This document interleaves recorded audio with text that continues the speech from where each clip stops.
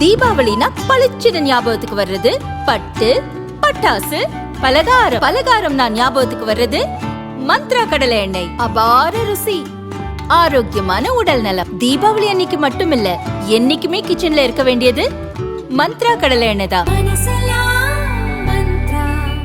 சென்னை வானிலை மையம் வெளியிட்டுள்ள அறிக்கையில் கூறியிருப்பதாவது, தென்மேற்கு வங்கக்கடல் பகுதிகளில் நிலவிய காற்றழுத்த தாழ்வு மண்டலம் வலுவிழந்து தெற்கு கடலோர தமிழகம் மற்றும் அதனை ஒட்டிய மன்னார் வளைகுடா பகுதிகளின் மேல் ஒரு வளிமண்டல கீழடுக்கு சுழற்சியாக நிலவுகிறது.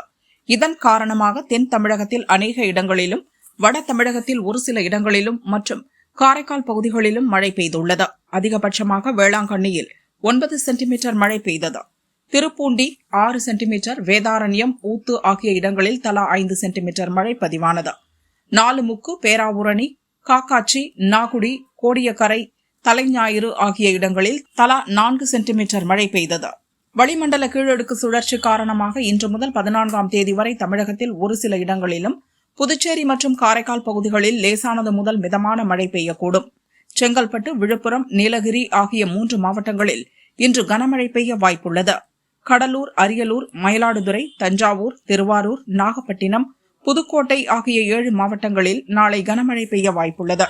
தற்போது தமிழகம், புதுச்சேரி, காரைக்காலில் குறைந்தபட்ச வெப்பநிலை குறைந்து குளிர்ச்சியான சூழல் நிலவி வரும் நிலையில் வரும் 13ஆம் தேதி முதல் 15ஆம் தேதி வரை குறைந்தபட்ச வெப்பநிலை இன்னும் குறையக்கூடும்.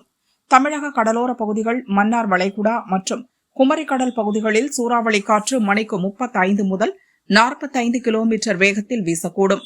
சில நேரங்களில் 55 கிலோமீட்டர் வேகத்தில் வீசும். எனவே அந்த கடல் பகுதிகளுக்கு மீனவர்கள் செல்ல வேண்டாம் என வானிலை மையம் கூறியுள்ளது.